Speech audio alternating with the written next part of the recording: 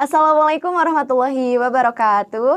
Halo semuanya, selamat datang kembali di Semanka Podcast, Learning, Inspiring, and Empowering. Jadi di podcast kali ini sepertinya berbeda dari podcast-podcast sebelumnya. Kita tidak akan bercerita tentang sejarah ataupun hari-hari besar yang ada di Indonesia. Tapi podcast ini sangat penting dan sangat informatif sekali bagi kalian. Karena kali ini kita akan membahas tentang asesmen sumatif, yaitu atau biasa kita sebut PAS. Nah, kali ini kita akan membahas tentang persiapannya dan juga sistem-sistem yang akan digunakan pada saat PAS di SMA Negeri 1 Karangnunggal. Dan kali ini kita akan membahas materi tersebut bersama dengan Ibu Linli Nurliani MPD, yaitu Staf Wakase Kurikulum. Halo Ibu, selamat pagi. Oke, pagi. Baik, sebelumnya untuk mengawali pertanyaan Ibu. Sebenarnya PAS ini di SMA Negeri 1 Karangnunggal sistemnya akan dilaksanakan seperti apa? Apakah lewat platform ataupun online ataupun offline atau bagaimana? Sistem penilaian sumatif ya, penilaian sumatif karena penilaian itu ada dua, ada penilaian sumatif, ada penilaian formatif. Nah, kalau penilaian formatif itu penilaian di proses pembelajaran. Jadi ketika kita belajar dari awal semester sampai akhir semester. Nah, pas akhir semester kita akan mengadakan penilaian sumatif. Nah, penilaian sumatif ini biasanya untuk lebih fleksibel mungkin ya, kita menggunakan platform pembelajaran. Nah, platformnya itu menggunakan platform Kuiper ya. Jadi kita menggunakan daring atau online sehingga kita tidak berbasis kertas seperti ini. Jadi menggunakan platform yang ada di handphone. Nah, kalau dari guru mapel masing-masing nih Bu, contohnya ada usulan atau ingin digunakan di kertas seperti itu atau harus tetap memakai Kuiper? Harus. Jadi udah ketentuannya supaya supaya tidak banyak kertas yang berhamburan. Jadi tidak ada fotokopi dan lain sebagainya, mengurangi anggaran lah gitu ya. Kalau di platform kan langsung si siswa langsung membaca di sana, langsung mengerjakan di sana. Kalau di kertas kan soalnya di sini, lembar jawabannya juga beda lagi gitu. Jadi banyak sekali kertas-kertas yang akan digunakan. Jadi kalau dari pandangan Ibu lebih baik menggunakan aplikasi Kuiper? Kenapa nah Bu? Kalau boleh tahu keuntungan dari hal tersebut? Oke, kalau platform itu sebenarnya banyak ya, bukan Kuiper aja, karena platform itu ada ruang guru, kemudian ada yang di Google teh Classroom, juga ada, iya, Classroom ada. banyak. Tapi kebetulan di SMA Negeri 1 Karangnunggal kita sudah MOU dengan Kuiper, jadi kita sudah bekerja sama udah beberapa tahun yang lalu, sehingga platform ini sering digunakan dan sudah hampir 4 tahunan lah kita menggunakan platform Kuiper. Gitu. Nah, lalu sekarang ini kan kurikulum merdeka ya Bu, jadi tidak ada IPS ataupun IPA, tapi kita kan ngambil peminatan ya Bu di kelas MPP. ya. Nah, kalau seperti itu kan bingung ya Bu, kalau misalkan rankingnya ini harus gimana, soalnya kalau dibagi ranking di kelas kan masing-masing beda MPP. Nah, jadi kalau untuk sistem perankingan itu bagaimana? Ini banyak sekali dipertanyakan oleh murid-murid di SMA Negeri 1 Karangnunggal Ibu. Oke, sebenarnya sih bukan hanya di kurikulum merdeka saja ya. Di kurikulum 2013 juga sudah tidak ada peringkat, sudah tidak ada ranking untuk di kelas, hanya mungkin urutan saja itu Mah ya, urutan dari siswa-siswa di kelas tersebut. Kalau di MPP itu kan sebenarnya kita jadi beda kelas gitu ya, antara kelas reguler dengan kelas MPP atau mapel wajib sama mapel pilihan. Mata pelajaran pilihan beda-beda. Tetap nantinya dirata-ratakan sesuai dengan nilai yang didapat gitu. Oke, jadi tidak akan ada ranking? Tidak. Hanya ada nilai di rapot saja maksudnya Bu. Nah, tapi kalau pemisalan nih Bu, ada siswa atau ada murid contohnya masuk di MPP 4 atau di IPA. Nah, tapi di tengah-tengah nih Bu, di tengah-tengah perjalanan, di tengah-tengah perjalanan tersebut pengen pindah karena ngerasa gak betah, tapi pindahnya ke paket yang lain, bisa gak kalau itu? Bisa, hanya paling 1 semester lah.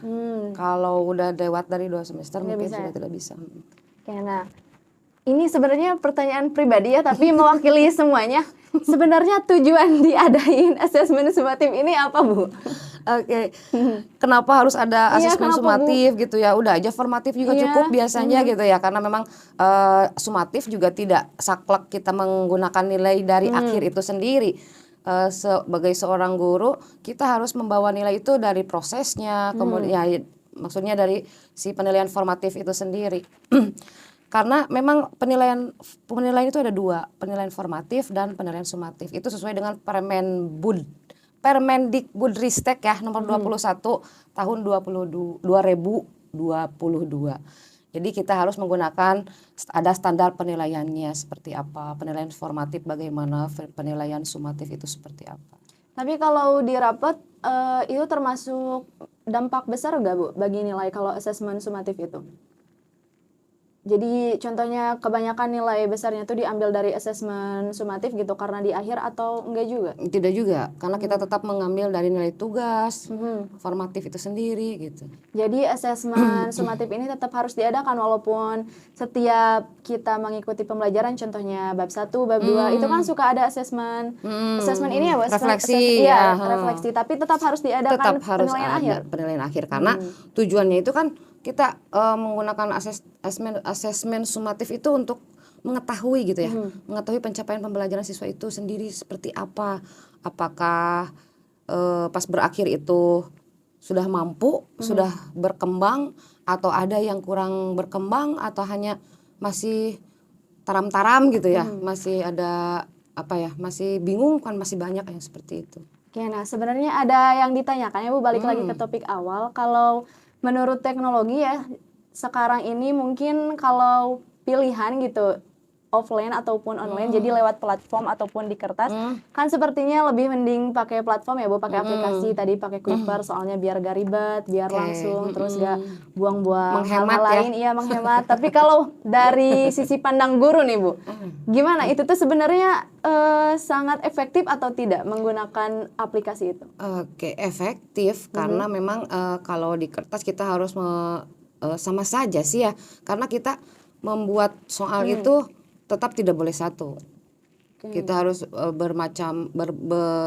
berbagai tipe gitu ya, mau satu tipe atau dua tipe atau tiga tipe. Nah kalau di platform itu sendiri itu bisa diacak sendiri sama si sistemnya gitu. Jadi si guru tuh bingung gitu ya.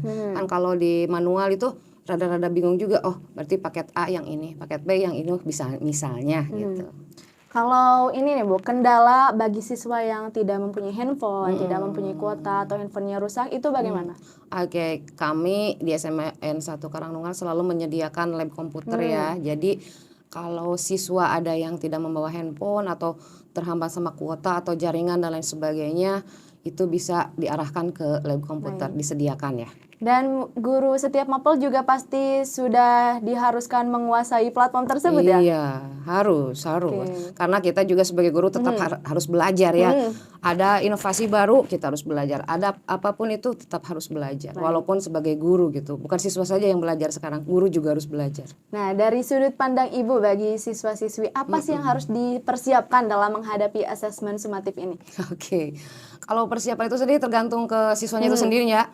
Karena memang beragam, beda kepala pasti beda pendapat. Mungkin ada siswa yang rajin, oh berarti persiapannya kita harus banyak baca, kita harus banyak referensi dari yang lainnya. Atau mungkin ya kita biasa aja, B aja cuma penilaian sumatif, nanti juga ada nilai dari penilaian formatif misalnya, ada seperti itu. Cuma mengingatkan saja sebagai seorang guru, mungkin untuk siswa jangan dianggap remeh lah ya, karena memang penilaian sumatif ini sangat bergunanya itu sendiri untuk apa? Untuk nilai, kemudian untuk kedepannya, karena kita nanti pas di akhir jenjang SMA misalnya kelas 12 gitu ya, itu nilai kan sangat dibutuhkan untuk SNBT nantinya, untuk jalur prestasi itu juga bisa. Jadi nilai itu dibutuhkan gitu ya. Baik, nah untuk yang terakhir nih dari Ibu, pesannya bagi siswa-siswi, kan sekarang mau menghadapi PAS ya sebentar lagi. Pesan dari Ibu nih apa? Oke, pesannya lebih rajin mungkin ya. Lebih rajin, lebih giat lagi untuk membaca sih sebenarnya, karena memang kalau menghafal itu susah ya. Tingkat IQ seseorang itu pasti berbeda. Tapi kalau membaca minimal kita mengingat ada gambaran apa yang sudah kita pelajari gitu kalau membaca. Jadi jangan sampai dihafal lah, dibaca aja, mengerti, paham itu pasti bisa menyelesaikan soal yang diberikan oleh guru. Oke, baik. Nah, terima kasih. Jadi, buat teman-teman yang di rumah nih, jadi di asesmen sumatif kali ini di SMA Negeri 1 Karangnunggal itu akan dilakukan pada lewat platform, yaitu pada aplikasi Kuiper. Dan buat kalian yang nggak punya handphone, yang nggak ada kuota, jangan ragu, pokoknya jangan takut karena di SMA Negeri 1 Karangnunggal sudah menyediakan ada lab komputer dan juga seperti yang tadi Ibu Linlin bilang, jadi di Kuiper ini sangat efektif sekali. Kita juga bisa menghemat dan kemudian ya sekarang kan sudah di era globalisasi ya, terus juga teknologi sudah modern. Jadi sepertinya kita harus mengikuti perkembangan zaman. Jangan stuck hanya di situ-situ saja di masa depan ini ya Bu, kita mau ulangan terusan pakai kertas. Nah, terus juga buat kalian jangan lupa harus banyakin persiapan soalnya perkiraan ini berapa minggu lagi Bu mau menghadapi PAS? Minggu depan, kita tanggal 4 Desember sampai tanggal 6 Desember 2023 sudah PAS ya. Oke, jadi dicatat ya minggu depan sudah PAS, jadi mulai dari sekarang harus banyak menghafal. Baik, nah itu dia merupakan podcast tentang persiapan dan juga sistem yang akan dilaksanakan pada nanti PAS. Terima kasih sudah menonton video ini, jangan lupa rajin-rajin belajar dan juga terima kasih pada Ibu. Sudah banyak sekali informasi yang diberikan tentang PAS. Terima kasih Ibu. Oke, sama-sama. Baik, sampai jumpa di podcast selanjutnya. Wassalamualaikum warahmatullahi wabarakatuh.